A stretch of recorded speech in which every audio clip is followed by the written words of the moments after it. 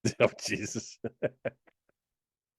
That's actually kind of funny. I mean, okay, so this show, let me get back to my dates. It was 19. I mean, it started off in black and white and went to color. 1965 Yeah. was the first year. And to them, the late 90s was going to be spaceships and flying cars. Yeah. Just absolutely cracks me up. Now, the Jupiter 2 actually had enough living quarters for all. This is something that I never understood in the show because Dr. Smith was a stowaway. Yep. How did he have his own room? They might have converted a broom closet. You never know. Anyways, one notorious fact that you need to know: the robot from this show, if you didn't know, it has been used in 6 different shows. Yeah, it was in a movie, not War of the Worlds, but it was in oh god, I can't remember the robot was used before, but yeah, he's been used and reused a number of times. But this was his most famous role, by far. It was used in the $6 Million Man. It was used in tons of shows afterwards. One of the best built robots that you would ever see. Warning. Now, if everyone remembers, there was an evil robot that had the cone head. Oh yeah, forgot about it. Dark. That was used in 3 different movies. Yeah. Besides Lost in Space. But ladies and gentlemen, that is my number 20. Very nice. Oh, hang on a second because I've got to get this set up so that you can share. Yes. Let's see here. I did not have quite the elaborate show that you did. What do you mean? I don't have it all as, I'm just going to share my screen here. What do you mean? I didn't have a lot, but. Oh, you got it's PowerPoint and all that kind of stuff. I just, got Google Docs popped up here. All right. Share, don't have to share screen. Alrighty. So my number 20 is the VF-1 Valkyrie from a cartoon. There was Robotech and the Macross Saga. Okay. And the reason that I picked this is because this was also a toy. One of the most badass toys I have ever owned in my life. And it was done as a Transformer toy. So the original Valkyrie was produced by Takatoku around 1983. Bandai Company picked up this company and released it under their own name. And then in a licensing deal with Hasbro, they produced the same toy for the Transformers line with the name of Jetfire. And they actually wrote this character into the Transformers cartoon just so they could sell a toy. They needed a larger toy to fill the higher price point gap. If you notice, the cartoon series is different than the actual Transformer toy, blah, blah, blah, blah, blah. So really, the Transformers ripped off Macross. So basically, this was the first Transformer. Yeah, you could say that. This was a very cool cartoon. And it looked great as a fighter jet. And it would turn into a full robot. It also had a third form where like the arms and the legs would come out, but the wings were still kind of there and the cockpit was still kind of there.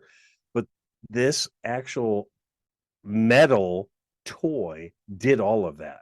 And it was one of the coolest toys that I ever bought in my life. I bought it, I think I was in college, believe it or not, because I had expendable income and I wanted the damn toy.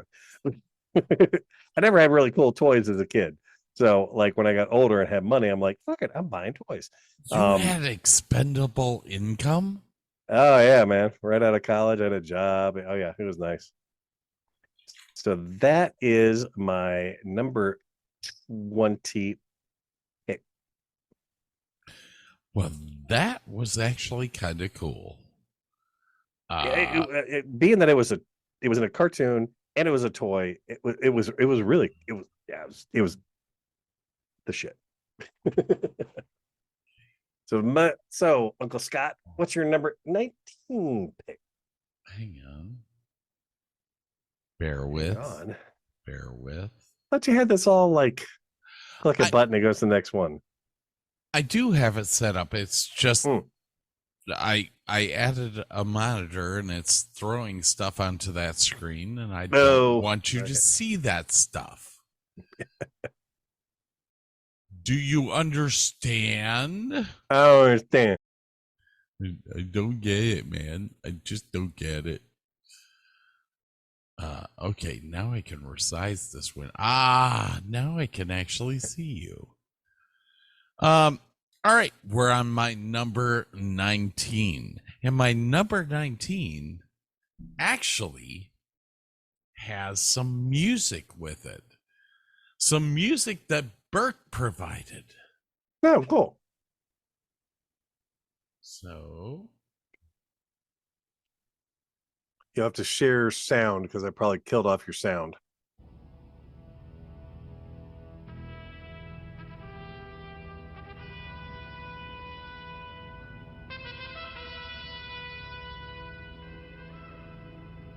do you know what it is?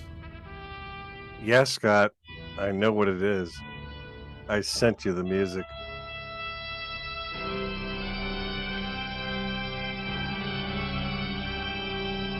Yes, Red Dwarf.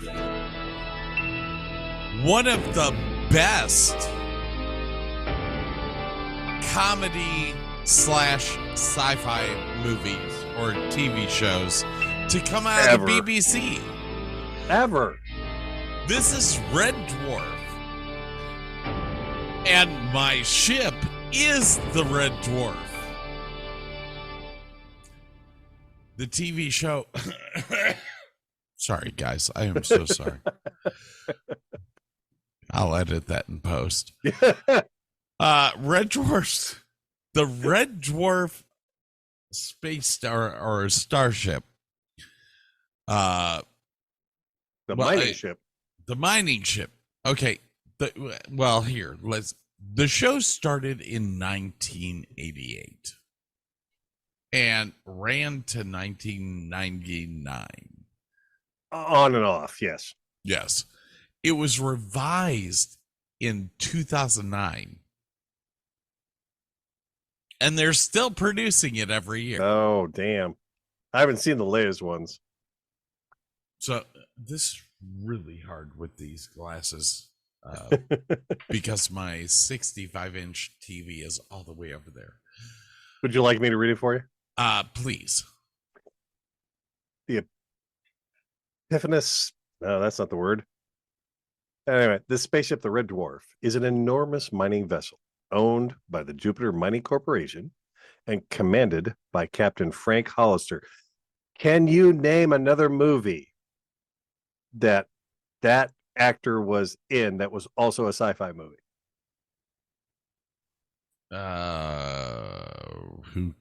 Who is the actor? Craig Charles? I think so. Craig Charles. And it was only in the extended version of the movie that you would see him in it. Craig Charles played Lister. And no. The captain, the original captain, because they brought them back. Remember when they reconstituted the ship, all of the crew came back? Yes. Okay, so the captain of the ship was actually the commander of the settlement in the second Aliens movie. But you would only know that if you saw the extended version of Aliens. Anyway, Gotcha. Gotcha. It is 6 miles, 10 kilometers long, 5 miles, 8 kilometers tall, and 4 miles, 6 kilometers wide. The jagged shape and dull red color, spelled O-U-R, of the vessel has led to the vessel being described as a giant red trash can. All of Red Dwarf's systems are controlled by the computer Holly. A small asteroid is embedded in Red Dwarf's underbelly. The asteroid is mined on the journey of the ship between Earth and Jupiter, as pointed out in the cast commentary of this series DVDs. Upon the reconstruction of Red Dwarf in Series 8, there were 2 asteroids, as they were again in the new Red Dwarf in Back to Earth. All right. Oh, yeah, there is, yeah. So, Burke explained this ship is over 5 kilometers long. They got like hundreds of decks. The ship's huge. Yeah. And literally, there's a big ass rock stuck in the bottom of it That they're chewing up on their way back to Earth. Okay. The reason that I put this on my list is because if you go and look up Red Dwarf, every season the ship actually changes. So there's like 4 different versions of this ship that they've never been able to get off of, yet it changes. It happens. It's just different camera views. It's just different lenses, different aspects. That's all. So it's optical illusions. Who is your favorite character on Red Dwarf? It's got to be the cat. It's got to be. It's got to be. Okay, Crichton is a close second. I love Crichton. Oh, Crichton. Cat. Crichton's just a bastard. I mean, he's just... He's hilarious. He's such a wuss. But Lister, okay, I fell in love with this long after it started. Robot Wars. Lister, Charles, used to be the host. Oh, the MC for Robot Wars. That's right. I forgot about that. Yeah. And that's kind of where I kind of caught into him, and I looked him up on IMDb, and I saw Red Dwarf. They only play it here at 2:00 in the morning. So I ended up watching one, and I was like, DVR. Got it. We're getting this shit. DVR this. I think Carl and Jenny hooked me on this show a long time ago. Like our PBS here used to show it quite a bit, so it was pretty cool. Yeah, it's a great show, everyone. The ship is phenomenal looking. It's this deep red, and in different episodes, it looks slightly different. Like Red Dwarf is written all along the side in like series 3, I think it is.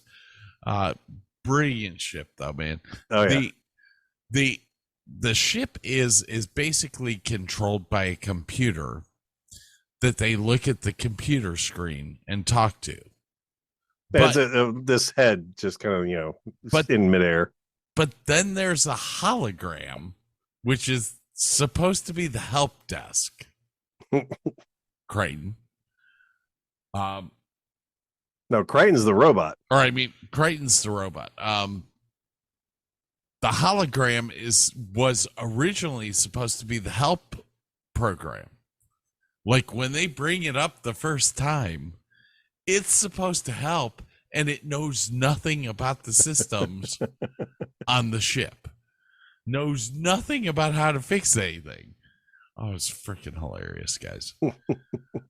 Red Dwarf is my number 19. Beautiful. Alrighty then. I need to share my screen. Where'd I go? There I are. Da, da, da, da, da. And share. My number 19 is the Heart of Gold from the Hitchhiker's Guide to the Galaxy. Ooh. And only because it makes use of the infinite improbability drive. Also features top of the range genuine people personality, or GPPS, courtesy of the Sirius Cybernetics Corporation, who are known for being an inept company that creates largely useless devices. It was stolen and subsequently piloted by Zaphod Beeblebrox, president of the galaxy, at its official launch event. So when you travel through space with this spaceship, you turn into everything and then slowly come back to reality. So you could be a flower for a while, or a penguin, or a knit version of yourself. It's a great. There was a BBC short series that did this show. There was a movie that did this show, and it's just somebody was really high. Oh yeah. Well, 42. So yeah. But and I just love the fact that like it's an orb, it's a ball. It has zero chance of going through air. But when you're in space, it doesn't matter the shape of the ship. It's an orb. It's a ball. It looks like a sphincter. It looks like a little sphincter in the front there to suck in something or eject something or whatever. But anyway. Yep. So I think that is all that I have about that spaceship. I couldn't find much else about the designers or anything like that. So I have more detailed stuff a little later on. So, alrighty, man. Let's see here. What do I have next?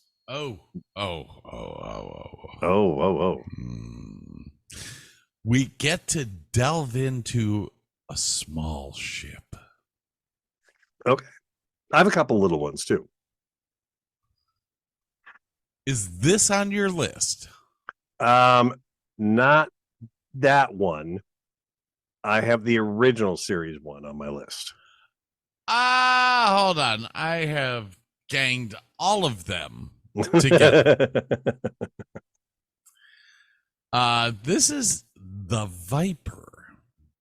The Colonial Viper from Battlestar Galactica. The original of the Viper lies with the Capricorn Air Force Viper jet, which was in service for some time before 58 BCH. Okay, what the hell's BCH? Before Cylon habitation? I don't know. I think that's it. All right, it is presently unknown if the spaceborne iteration, which fought in the Cylon War, was another series of craft with the same name, but the Mark II was in service by the midway point of the war. The craft was, like the battle stars it launched from, designed purposely to be as low-tech as possible to thwart the Cylon's computer hacking capabilities. Oh, yes. He similarly designed Mark III, entering service by 1958, 2 years before the war's conclusion. The Mark I was the first series of Viper space superiority fighters to be used by the Colonial Fleet, who used them against the Cylons during the first Cylon War. Proving to be a successful and reliable design, Viper Mark I would go on to inspire newer generations of improved Vipers, which retained resemblance to it. Over the course of the first Cylon War, the Viper Mark I was gradually phased out by the newer Mark IIs and Mark IIIs. All right, so the Viper 1, which we saw in the original series, was the one that was my favorite. You know what? It's very hard to find a picture of the first Viper.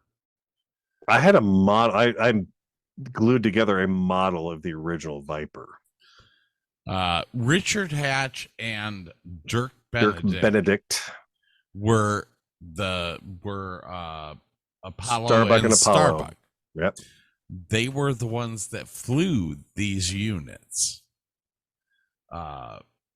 They made them famous. Lauren Green was actually in the show as well, but he was the commander of the Pegasus. No. He was Commander Adama of the Battlestar Galactica. You're thinking of the guy who was sniffing glue No. in Airplane was the Pegasus commander. No, you were absolutely correct. Lauren Green is the commander of the Pegasus. Galactica. Pegasus. Galactic. You want to bet $100 on this one? Sure, because it comes up in my list later on. Okay, the dude sniffing glue in Airplane is the commander of the Pegasus. I'm telling you, man, you're going to lose. Ah, fuck. No. Pegasus class. Oh, okay, maybe Pegasus class. There was a Battlestar named Pegasus that showed up in the second season. Thank you. I mean, you're right. I'm Commander Adama commanded the Galactic. We'll be right back. No. Let me fish. Okay. The Mark III is equipped with two 800-round Thraxon MEC A6 30mm mass accelerator cannons. That is its primary weapon. These cannons are capable of firing 20 rounds per second and are augmented with orange tracers, which enables the pilot to see where the rounds are going. These cannons are supplemented with a storage bay capable of holding up to 8 Lightning Javelin missiles, or capable of holding conventionals up to 50 megatons, nuclear tipped. Nice. Yes. Now, in the picture that you're looking at, a gentleman has built a replica in his backyard. Now, this is not the first replica you will see tonight. I mean, there's an X-wing in Kent, Ohio. I mean, come on. Absolutely insane. All right, ladies and gentlemen, that was Your my number 18. Number 18. We are up to Burke's. Oh, wait. Something. We'll find out. Oh, there it is. Why is this so? Mine is my number 18 also. All right. This is from the movie Starship Troopers, and this is the Corvette transport, the Roger Young. Ooh. It's such a blunt, boxy.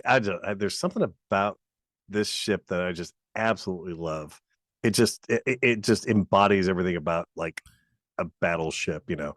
To transport the mobile infantry, it was designed by George Willis, who also did work on Iron Man 2, Edward Scissorhands, and Total Recall.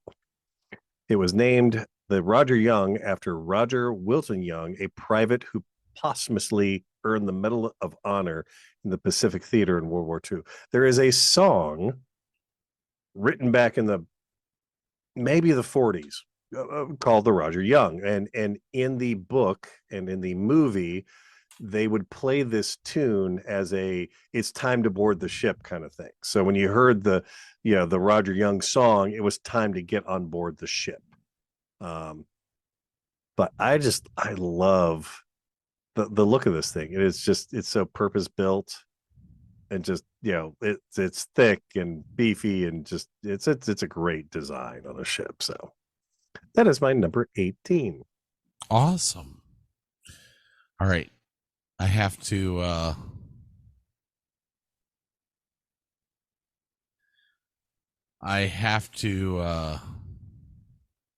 say that Burke was absolutely correct. Commander, As much as that pains him to say. Commander Adama was the commander of the Galactica. Mm-hmm. The Battlestar Pegasus was a different ship. And to top it off, they were both Jupiter class ships. Uh-oh. So my penis is getting shoved into a light socket tonight. And it was Lloyd Bridges who played the commander of the Pegasus. Yes. All right. I feel bad. All right. We're going up to Scott's number 17. And this is a starship called Serenity. For most of you, Firefly. you're gonna know it's Firefly. And who, Burke, wrote the Firefly series? Mr. Josh Whedon, Yes. who did Buffy the Vampire Slayer and the first Avengers movie. And, well, anyways, here. And many other things that were awesome. Firefly stars two of my favorite actors, Nathan Fillion. Marina Baccarin. Marina's okay. What? Marina's okay. Oh, you're dead. Gina Torres. She's cool. I mean, what suits? I just slightly a little issue with her. It seems like she got into a lot of fucking shows because of who she was married to. And that bugged me just a little bit. I know. Unpopular opinion. That's okay. Wow. Mm-hmm. Oh my. Like, I think if she wasn't married to that dude, she wouldn't have been in so many different things. You racist bastard. It's nepotism. It's not racism. It's completely different. Serenity is a cargo vessel that was basically handed down. Wasn't it like handed down to Nathan Fillion's? No, he went and found it in a junkyard and got it up and running. Okay. The original Firefly series was approved for production in June 20. Sorry. Of some year. The original Firefly series was approved for production in June 2434, with the first ships being completed in February 2435. So the first series came out in 2435. Accordingly, the second series came out in 2447. The thing about the ships, the Firefly ship, is that it's a cargo vessel. So right now I have a couple of pictures up of the cargo bay. Yep, the hold. Yep. Yeah. It's like a big ass tugboat. Big space tugboat. Yeah. This ship is literally built to just tow shit around and sell it. It's kind of like the Jawas. Yeah. I think the other reason he picked that ship is because it was pre-war technology and couldn't be exactly traced by the Alliance. That was another one of the deciding factors in getting that ship. Well, and that's the Series 1 ship was untraceable, which was why his group of rebels. No,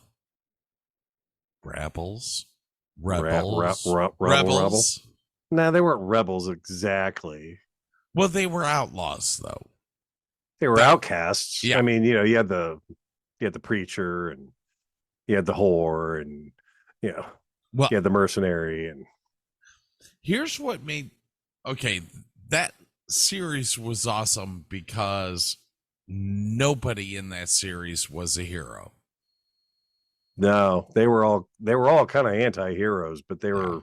It's kind of like Guardians of the Galaxies, yet built for TV. Yeah, very much so. The ship is awesome. Oh It's- yeah, it's absolutely. It's got that drop snoot like the Klingon. Well, like the World War One landing vessels on the beach there, the whole front would just flop down and stuff could be unloaded from it. Yeah.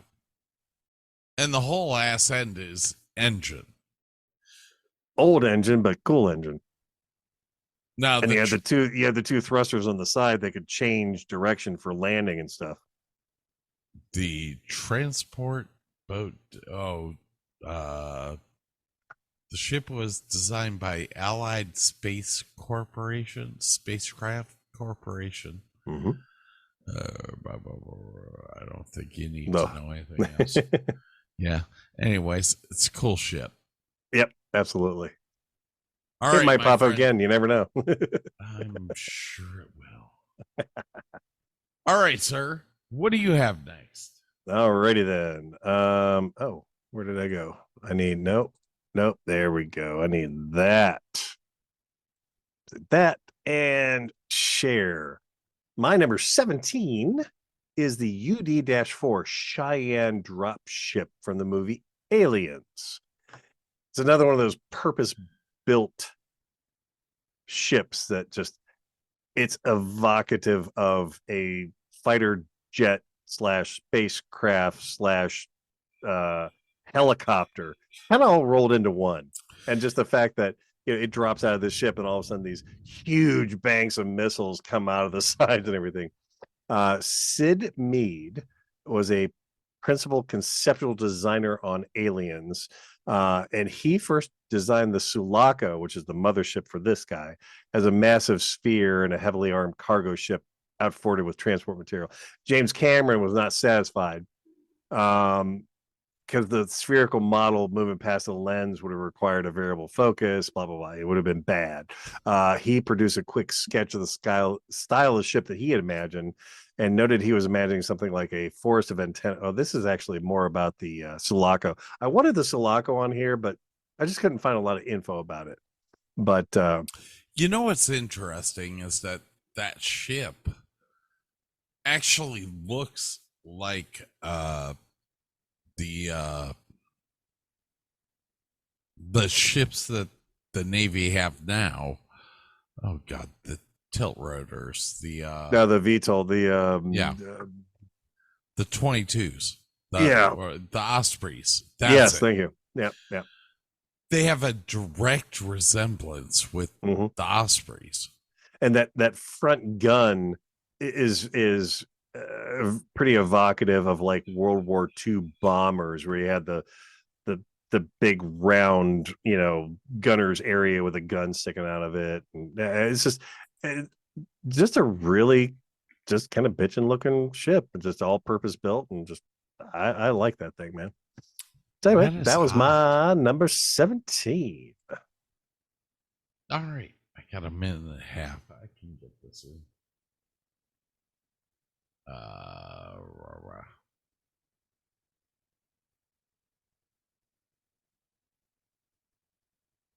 Move some of my stuff down there. There we go.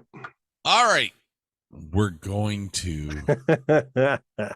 I thought about putting this one on my list. Anyone that knows me, I'm into camping, RVing, all that stuff. And this show came out in 1987. Yeah, 1987.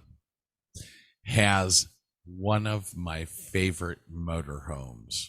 Is that the GMC or is that the Winnebago? I can't remember. That is the Winnebago. Okay. That is the Winnebago Chieftain 33 edition. Almost as cool as the GMC used in stripes. Absolutely incredible. Stupidest show. My wife and I just watched it the other day. Stupidest shit. Oh, yeah.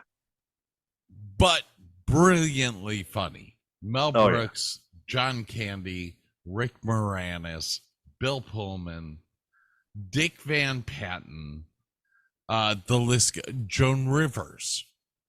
And actually, do you remember way, way back in the day, there was a variety show called Shields and Yarnell? Yes. The girl is the one that actually plays the robot, but it's Joan Rivers' voice that does the voice for the robot. Gotcha. Okay. We are we are talking about the Starship Eagle 5. Which they reference in Independence Day because that is the name of Bill Pullman's fighter jet, I believe. Yes. The Eagle 5 is a parody of the Millennium Falcon from Star Wars. Despite the Eagle 5 being a motorhome, Lone Star repeatedly refers to it as a ship. It is unknown if the Eagle 5's hyperjets are able to travel in ludicrous speed. Oh, maybe you've poured a little liquid Schwartz in there. Who knows? In 2017, the original 1/12 scale model of the Eagle 5 used in the filming of Spaceballs was put on auction. It was reportedly sold for $28,000. Oh, damn. You know what? That's a bargain. I'd love to have that model. Okay, like I said, I watched Spaceballs the other day.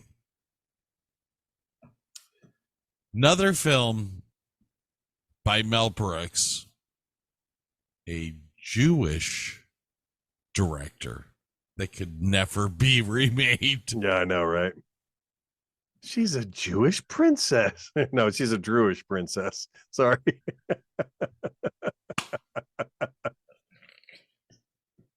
The great thing about this movie was it came out a lot later in time than his, his big hits, and it reintroduced a lot of people to Mel Brooks's brand of humor. And then they went back and saw his other films. It was just kind of a cool callback kind of thing. So anyway, is it my turn again? Or no? We've run out of time. We have to take a break. We have to take a little break here. I'm sorry, people. I still have some of your old music in here. Go for it, man. Okay.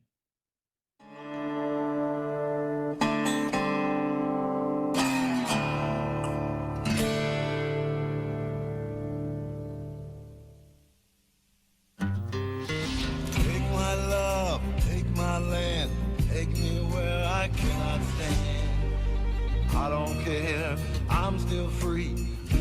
Hey, what a great combo of Old West and sci-fi that show was. Well, okay, we could have a whole show on Firefly. Oh God, yeah. Because I think it was one of the best sci-fi flicks that came out on television. Got canceled way too soon.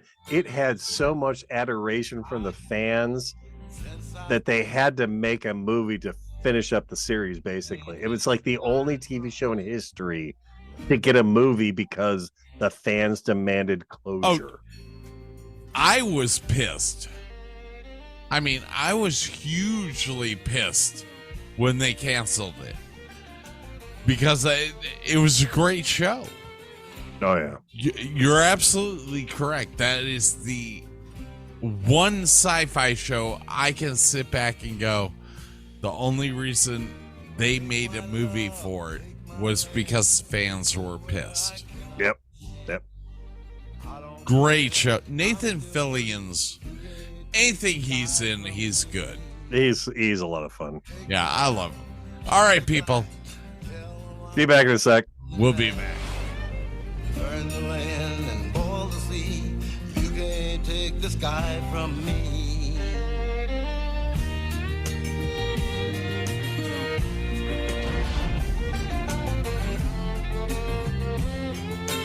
There's no place I can be since I found serenity. Hey, make sure that you check back soon for part 2 of this podcast.